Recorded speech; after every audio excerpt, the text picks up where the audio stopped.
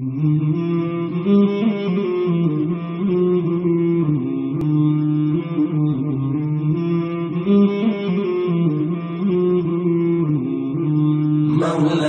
صل وسلم دائما ابدا على حبيب. نبوت کے کتنے سال ہو گئے؟ 5 سال ہو گئے. فرسٹ 3 years سری تبلیغ، 4th year جہری تبلیغ، 5th year حبشہ کی طرف ہجرت کر کے جانا. اب ہوا 6 سال، 6th year آف نبوت. 6th year آف نبوت میں ایسے حالات، یعنی اتنے سخت حالات میں امید کی 2 کرنیں نظر آئی، جس میں حمزہ رضی اللہ تعالی عنہ اور عمر رضی اللہ تعالی عنہ ایمان لے کر آئے. آپ صلی اللہ علیہ وسلم کو ایک دفعہ ابو جہل نے مارا تو آپ صلی اللہ علیہ وسلم کے سر سے خون بہنے لگا. تو حمزہ رضی اللہ تعالیٰ عنہ کو جب پتا چلا، حمزہ رضی اللہ تعالیٰ عنہ آپ جہل کے چچا تھے، تو ان کو جب پتا چلا کہ ابو جہل نے ان کے بھتیجے کو مارا ہے، تو اب وہ حمزہ رضی اللہ تعالیٰ عنہ غصے سے گئے اور ابو جہل کے سینے پہ چڑھ گئے اور کہا کہ میں بھی ایمان لے کر آ گیا ہوں، بولو تم میرا کیا کر سکتے ہو، کرو. یعنی ان کو وہ جو ورڈ ان کے تھے کہ میں بھی ایمان لے کر آیا ہوں، وہ ایکچولی غصے میں تھے، وہ ایمان لے کر نہیں آئے تھے. لیکن لیٹر اللہ تعالیٰ نے ان کو ایسی ہدایت دی کہ وہ واقع میں ایمان لے کر آئے. اب حمزہ رضی اللہ تعالیٰ عنہ بہت اسٹرانگ ہے. کچھ لوگوں کی پرسنالٹی ایسی ہوتی ہے کہ جب ویری اسٹرانگ اور ان کا مطلب لوگ ان سے ڈرتے ہیں، تو اسی طرح عمر رضی اللہ تعالیٰ عنہ اور حمزہ رضی اللہ تعالیٰ عنہ یہ دونوں بہت اسٹرانگ پرسنالٹی سے، فزیکلی بھی اسٹرانگ تھے اور ان کی پرسنالٹی بھی بہت اسٹرانگ تھی. تو حمزہ رضی اللہ تعالیٰ عنہ کے ایمان لانے کے بعد قریش ڈر گئے کہ اب اتنے بڑے قبیلے کو کون چھیڑے گا. تو ایک بار آپ صلی اللہ علیہ وسلم نے دعا کی کہ یا اللہ تعالیٰ اسلام کو قوت ادا کیجیے. عمر اور ابو جہل ایمان لے کر آئے. ابو جہل تو ایمان لے کر نہیں آیا، لیکن عمر رضی اللہ تعالیٰ عنہ ایمان لے کر آئے. 3 دن کے بعد، اس دعا کے 3 دن کے بعد عمر رضی اللہ تعالیٰ عنہ ایمان لے کر آئے. اس کے پیچھے واقعہ یہ تھا کہ ابھی تک جو غلاموں کے اوپر ظلم کرنے والے تھے، اس میں عمر رضی اللہ تعالیٰ عنہ بھی انہی لوگوں میں شامل تھے جو غلاموں کے اوپر ظلم کرتے. تو ایک بار عمر رضی اللہ تعالیٰ عنہ بھی، جس طرح آپ نے جو پڑھا ہوگا ہسٹری اور کچھ واقعات میں، کہ عمر رضی اللہ تعالیٰ عنہ بھی بہت جوش والے انسان تھے اور بہت فزیکلی بھی اسٹرانگ تھے. انہوں نے بھی ایک بار ان کو بہت غصہ آیا، انہوں نے ہاتھ میں تلوار لے کر وہ نکلے اور کہا کہ آج تو میں محمد صلی اللہ علیہ وسلم کو قتل کر دوں گا اور یہیں پہ معاملہ ختم کر دوں گا. خوب غصے میں تلوار لے کر نکلے تو راستے میں ان کو نعیم بن عبداللہ ملے. انہوں نے کہا اے عمر کہاں جا رہے ہو؟ تو انہوں نے کہا کہ آج تو میں یہ محمد صلی اللہ علیہ وسلم کا کام تمام کر دوں گا، میں اس کو چھوڑوں گا نہیں. تو نعیم بن عبداللہ نے عمر رضی اللہ تعالیٰ عنہ سے کہا کہ پہلے تم محمد کو چھوڑو، ذرا اپنے گھر کا تو پہلے معاملہ دیکھو. تو عمر رضی اللہ تعالیٰ عنہ نے کہا تم کس کی بات کر رہے ہو؟ تو کہا تمہاری بہن اور بہنوئی کی میں بات کر رہا ہوں. تو وہ پھر کیا کیا، اپنا رخ اپنی بہن اور بہنوئی کے گھر کی طرف انہوں نے کیا. تو جیسے ہی گھر کے قریب گئے تو خباب رضی اللہ تعالیٰ عنہ عمر رضی اللہ تعالیٰ عنہ کی بہن اور بہنوئی کو قرآن پڑھا رہے تھے، سورۃ طٰہٰ کی کچھ آیتیں پڑھا رہے تھے. جیسے ہی عمر رضی اللہ تعالیٰ عنہ اندر گھر میں گئے، ان لوگوں نے سب کچھ چھپا دیا اور عمر رضی اللہ تعالیٰ عنہ نے پوچھا کیا کر رہے تھے؟ ان لوگوں نے کہا نہیں ہم تو کچھ نہیں کر رہے تھے. عمر رضی اللہ تعالیٰ عنہ کو اس طرح ان کے بہن اور بہنوئی کا تمام چیزیں چھپانا اور بات نہیں بتانا، اس سے بہت غصہ آیا اور اپنی بہن پر اور بہنوئی پر انہوں نے ہاتھ اٹھایا اور ان دونوں کو پیٹا. اب ان کو بھی جو ہے جہاں پر عمر رضی اللہ تعالیٰ عنہ کا اس طرح کا عمل اور رویہ دیکھ کر بہن اور بہنوئی کو بھی غصہ آیا اور ان لوگوں نے کہا ہاں ہم ایمان لے کر آئے، کرو کیا کرنا ہے. تو عمر رضی اللہ تعالیٰ عنہ کو اب تھے تو وہ انسان، اور آپ کو پتا ہے کہ ایمان لانے کے بعد بھی فزیکلی بہت قوی ہوں گے، اسٹرانگ ہوں گے، لیکن دل تو ان کا بہت نرم تھا. تو بعد میں ان کو بہت تکلیف ہوئی کہ ان کی بہن کو انہوں نے مارا. تو جب تھوڑا سا غصہ ان کا ٹھنڈا ہوا، ان کو اپنی بہن سے رحم آیا اور انہوں نے کہا اچھا بتاؤ تو صحیح تم کیا پڑھ رہے ہو؟ تو سورہ طٰہٰ کی آیت انہوں نے دکھائی، اننی انا اللہ لا الہ الا انا فاعبدونی واقم الصلاۃ لذکری، یہ آیت نمبر 14 سورہ طٰہٰ کی جب انہوں نے پڑھی تو وہ بہت متاثر ہوئے اور کہا کہ مجھے محمد صلی اللہ علیہ وسلم کے پاس لے جاؤ۔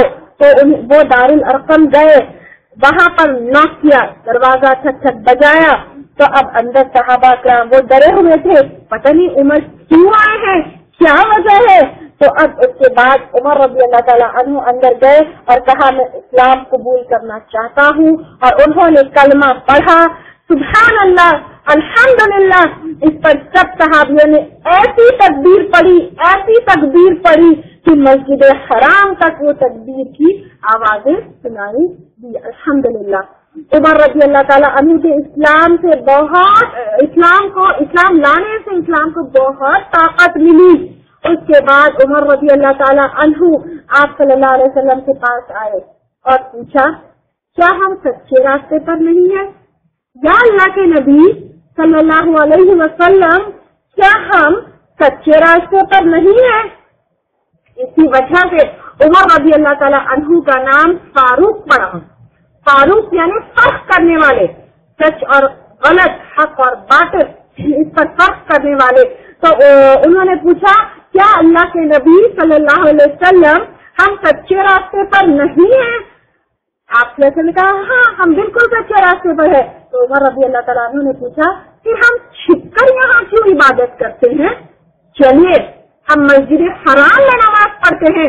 کہ تمام مسلمانوں کو عمر رضی اللہ تعالیٰ عنہ اور حمزہ رضی اللہ تعالیٰ عنہ دونوں نے پورے مسلمانوں کی دو قطار یا دو لائن یا دو کیوز بنائی، ایک کو حمزہ رضی اللہ تعالیٰ عنہ لیڈ کرتے، ایک کو عمر رضی اللہ تعالیٰ عنہ لیڈ کرتے، سب کو کعبے کے پاس لے گئے اور نماز پڑھائی۔ تو دونوں سے اسلام کو یہ عزت اور یہ طاقت ملی۔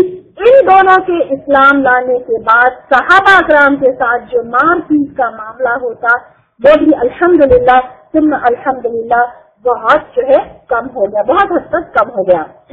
اب قریش کے کون کون سے پلانز ابھی تک ہم نے دیکھے؟ جھوٹا پروپیگنڈا، لوگوں کو کنفیوز کرنا، مذاق اڑانا، ناچ گانے والیاں لانا، صحابہ کرام کو پریشان کرنا، عمارہ سے آپ سے ایکسچینج کرنے والا آفر، پھر اس کے بعد آپ کے اوپر گند پھینکنا، آپ کو نماز نہیں پڑھنے دینا، پتھر مارنا، شرٹ پھاڑنا۔ تو اب اس کے بعد عتبہ بن ربی آپ صلی اللہ علیہ وسلم کے پاس ایک پرپوزل لے کر آیا۔ اس نے کہا، وہ بھی قریش کے سرداروں میں سے سردار تھا، اس نے آپ صلی اللہ علیہ وسلم سے کہا تمہیں کیا چاہیے؟ تمہیں مال چاہیے؟ ہم تمہیں اتنا مال دیں گے جتنا سب سے مالدار، جتنا ہم میں سے سب سے مالدار کے پاس بھی نہیں ہے، تم وہ مال لے لو اور اپنا یہ کام چھوڑ دو۔ نہیں تو تم کو حکومت چاہیے تو ہم تمہیں مکہ کا بادشاہ اور سردار بنا دیں گے، تم یہ کام چھوڑ دو۔ یہ بھی نہیں تو ٹھیک ہے، ہم تم جس عورت سے کہتے ہو، جس کی طرف اشارہ کرتے ہو، ہم اس سے تمہارا نکاح کر دیں گے، تم یہ کام چھوڑ دو، یا پھر اگر تمہارے اوپر کوئی جن کا اثر ہے یا کوئی جھاڑ تمہیں اس طرح کی کسی چیز میں پریشان کر رکھی ہے تو ہم تمہارا علاج کراتے ہیں، تمہاری جھاڑ پھونک کرتے ہیں اور یہ سارا معاملہ ٹھیک کریں گے۔ تو بتاؤ کیا کرے تمہارے ساتھ؟ مال چاہیے، جتنا مال چاہے لے لو، حکومت چاہیے، سردار بن جاؤ، شادی کرنی ہے عورت سے ہم تمہاری شادی کر دیں گے، نہیں اگر کوئی پرابلم ہے تو بتاؤ، تمہارا علاج کریں گے، تم کو ہم ہیلپ آؤٹ کریں گے، بتاؤ تمہیں کیا کرنا ہے۔ تو آپ صلی اللہ علیہ وسلم نے اس کے بدلے میں فصلت کی آیات پڑھی۔ اعوذ باللہ من الشیطان الرجیم، بسم الله الرحمن الرحيم حميم تنزيل من الرحمن الرحيم كتاب فصلت آياته قرآنا عربيا لقوم يعلمون بشيرا ونذيرا فأعرض أكثرهم فهم لا يسمعون وقالوا قلوبنا في أكنة مما تدعونا إليه وفي آذاننا وقر ومن بيننا وبينك حجاب فاعمل إننا عاملون.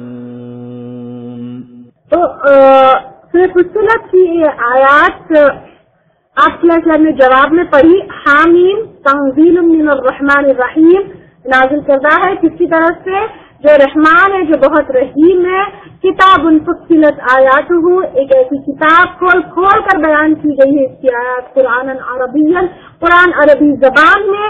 لقوم یعلمون، واسطے قوم کے تاکہ وہ جان لے. بشیرا و نذیرا، خوشخبری دینے والی اور خبردار کرنے والی. فاعرض اکثرهم فهم یسمعون، تو اکثر ان میں سے منہ موڑ لیا اور حالانکہ وہ سنتے ہیں. وقالوا قلوبنا فی اکنہ، اور انہوں نے کہا ہمارے دلوں پہ پردہ ہے. ومما تدعونا، اس سے جو تم پکارتے ہو، الیہ اپنی طرف. وفی آذاننا، اور ہماری کانوں میں. وقر بوجھ ہے. ومن بیننا وبینک حجاب، اور ہمارے درمیان اور تمہارے درمیان حجاب ہے. فعمل اننا عاملون، تو کرو بے شک ہم بھی عمل کرنے والے ہیں. تو آپ لیزر نے ان آیات کو پڑھا اور ان کو یہ جواب دیا. تو عتبہ بن ربیع یہ آیات سن کر ان وہ بھی بہت متاثر ہوئے. وہ اپنی قوم یعنی قریش کے پاس گئے اور کہنے لگے آج میں نے ایک ایسا کلام سنا ہے جو پہلے کبھی نہیں سنا، جو نہ شاعری ہے، نہ جادو ہے، نہ کاہن کی بات ہے. اور پھر قریشیوں کو بھی یہی ایڈوائز یا پھر یہی مشورہ دیا کہ اس کو چھوڑ دو اور اس کو پریشان مت کرو. تو لوگوں نے کہا کہ یہ دیکھو محمد صلی اللہ علیہ وسلم نے عتبہ بن ربیع کے اوپر بھی جادو کر دیا. اب اس کے بعد ابو جہل نے آپ صلی اللہ علیہ وسلم کے سر پر پتھر مار کے ان کو قتل کرنے کی ایک دفعہ کوشش کی. تو جبرائیل علیہ السلام ایک بڑے ہیوج اونٹ کی شکل میں اس کے سامنے آئے ابو جہل کے، اور ابو جہل ڈر کے بھاگ گیا. اب ایک اور پرپوزل. تو اب یہ تمام چالوں کے بعد ایک اور پرپوزل آپ صلی اللہ علیہ وسلم کے پاس لے کر آئے. کہا کہ ایسا کرتے ہیں، چلو تم تو ہماری بات ماننے کے لیے تیار نہیں ہو، تو ایسا کرتے ہیں کہ کچھ سیٹل کر لیتے ہیں تمہارے اور ہمارے بیچ میں. 1 سال ہم تمہارے اللہ کی عبادت کریں گے اور 1 سال ایسے کرنا تم ہمارے بتوں کی عبادت کرنا. یہ بات ہم آپس میں سیٹل کر لیتے ہیں. حالانکہ آپ اگر دیکھیں کفار مکہ تو پہلے سے اللہ کی عبادت کرتے تھے. کفار مکہ پہلے سے اللہ کی عبادت کرتے تھے، لیکن اللہ کے ساتھ ساتھ بتوں کی عبادت کرتے تھے. تو ان کے اس میں تو کوئی فرق نہیں پڑنا تھا. اگر 1 سال اللہ کی عبادت کرنا ہے اور 1 سال بتوں کی عبادت کرتے ہیں تو پھر بھی اپنے ہی عقیدے پر اور اپنے ہی معاملے پر ثابت ہے. لیکن آپ صلی اللہ علیہ وسلم سے کہا کہ نہیں، چلو ہم کیا کرتے ہیں ایک ایسی چیز سچی کر لیتے ہیں کہ 1 سال اللہ کی عبادت کریں اور 1 سال جو ہے ہماری بتوں کی عبادت کریں. تو فوری آسمان سے یہ آیت نازل ہوئی اور اوپنلی ڈکلیئر کرنے کے لیے کہا گیا کہ کیا تو کافروں کو ہم اس کی عبادت نہیں کر سکتے جن کی تم عبادت کرتے ہو. ہمارے نبی محمد صلی اللہ علیہ وسلم اس 50-50 پالیسی پر اگری نہیں ہوئے، سیٹل نہیں ہوئے. لیکن آج افسوس آپ میں اور ہماری امت اس چیز پر سیٹل ہو گئی. ادھر ہم نماز بھی پڑھتے ہیں، ادھر روزے بھی رکھتے ہیں، ادھر سانسک مہندی چہلم زیارت بھی کرتے ہیں، ادھر حج اور عمرہ بھی کرتے ہیں، ادھر جا کر خبروں کی زیارت، خبروں کی طواف بھی کرتے ہیں.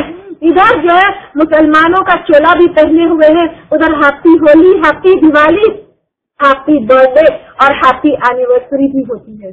ہمارے نبی نے تو 50-50 کو فوری ریجیکٹ کر دیا. جب یہ آفر آئی تو فوری جو ہے آسمانوں سے سورہ کافرون اتری. لیکن ہم امتیوں نے کیا کیا, اس نبی کی اس بات کا لحاظ بھی نہیں کیا اور ہم اس 50-50 پالیسی کے اوپر سیٹل ہو گئے.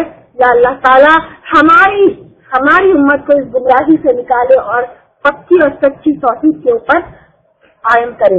اب ڈسکشن قریش میں کہ یہ معاملہ دن بدن سیریس ہوتا جا رہا ہے.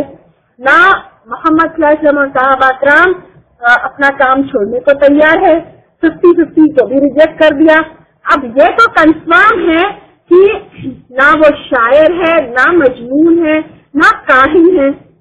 اب کیا کیا جائے, اس کا کیا سولوشن ہوگا؟ تو اب ایک کام کرتے ہیں, یہودیوں سے جا کر مشورہ کرتے ہیں, کیونکہ یہودی بہت پڑھے لکھے مانے جاتے. ان کے پاس اللہ کی کتابیں آئی, ان کے پاس اللہ کی نبی آئے بہت سارے. تو چلو ہم جاتے ہیں اور یہودیوں سے سوال کرتے ہیں کہ اس کے بارے میں ان کا کیا خیال ہے. تو وہ لوگ ایک یہودی عالم کے پاس گئے, ان سے پوچھا کہ ایسے ایسے ایک آدمی آیا ہے ہمارے پاس ہماری قوم میں اور وہ کہتا ہے کہ وہ اللہ کا نبی ہے, بتاؤ تم لوگ کیا کہتے ہو. تو یہودی عالم نے ان کو جواب دیا کہ تم ان سے 3 سوال پوچھو.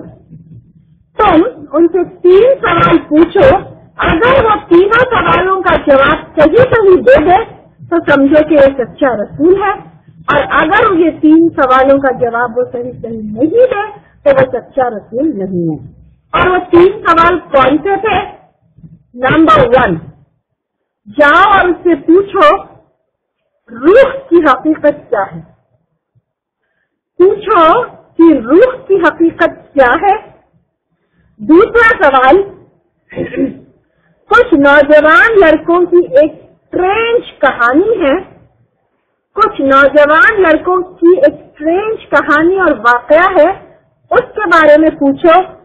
اور تیسرا سوال, ایک ایسے انسان کے بارے میں جو زمین کے مشرق اور مغرب یعنی ایسٹ سے ویسٹ تک کسی نے سفر کیا, اس کے بارے میں پوچھو.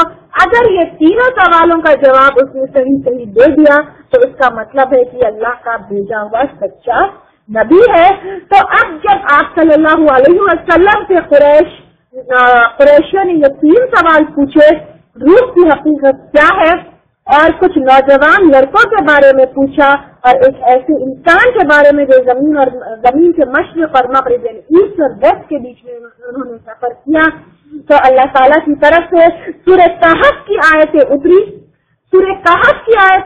جس کے اندر اصحاب کہف یعنی آپ سب کو تھوڑا تو اس کے بارے میں ضرور معلوم ہوگا جو بگنرز ہے, کہ کچھ ایسے نوجوان لڑکے جو کئی سال جو ہے ایک کیس کے اندر, ایک غار کے اندر سوتے رہے, ان کو کوئی کچھ تکلیف نہ دے سکا. یہ ایک ان کی اسٹرینج کہانی تھی. وہ دوبارہ اٹھے اور دوبارہ اپنی بستی اور قوم کی طرف گئے. تو یہ اصحاب الکہف کا واقعہ بہت ڈیٹیل میں سورہ کہف میں بتا دیا گیا. پھر ایک ایسے انسان کے بارے میں جو زمین کے مشرق اور مغرب میں سفر کرتے ہیں, یہ بھی سورہ کہف میں ذوالقرنین کے بارے میں بتایا گیا. ذوالقرنین ایک سچے اچھے ایمان والے انسان تھے جو زمین کے مشرق سے مغرب تک انہوں نے سفر کیا یعنی ٹریول کیا, اور وہاں پر جو ہے کانکر کیا اس کو زمین کے مشرق سے مغرب تک. تو ان کی کہانی بہت ڈیٹیل میں سورہ کہف میں بتائی گئی. اگر یہ کہانی آپ کو ڈیٹیل میں پتہ کرنی ہو تو یا تو آپ بک ریفر کریں اور سورہ کہف کی تفسیر پڑھیں, یا پھر ویب سائٹ کے اوپر سورہ کہف کی جو میں نے تفسیر دی تھی وہ اپلوڈڈ ہے, وہ آپ لوگ سن لیں, کیونکہ یہاں پر اب وقت نہیں ہے ان 2 واقعات کو ہم ڈیٹیل میں لیں. خیر, ان 2 سوالوں کے جواب میں سورہ کہف کی آیتیں اتری, اور ان کا جو تیسرا سوال تھا روح کی کیا حقیقت ہے, اس کے جواب میں سورہ اسراء آیت نمبر 85 اتری. قل الروح من امر ربی, کہہ دیجئے روح اللہ کے حکم سے یعنی میرے رب کے حکم سے ہے.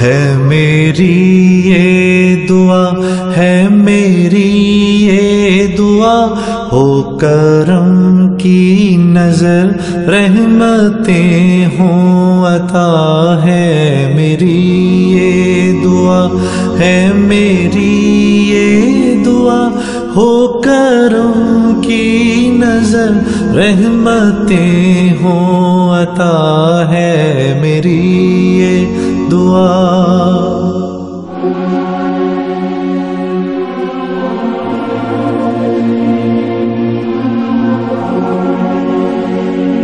تیرے بندوں کی یہ حالت زار ہے، ہم میں اخلاص ہے اور نئی سار ہے، جو مثالی نہیں ایسا کردار ہے، ہم ہیں بھٹکے ہوئے ہم کو اقرار ہے، ہم ہیں بھٹکے ہوئے ہم کو اقرار ہے، ہم پہ کر دے کرم سیدھا رستہ دکھا، ہے میری یہ دعا، ہے میری یہ دعا، ہو کرم کی نظر رحمتیں ہوں عطا، ہے میری یہ دعا، ہے میری یہ دعا۔ ظلم و دہشت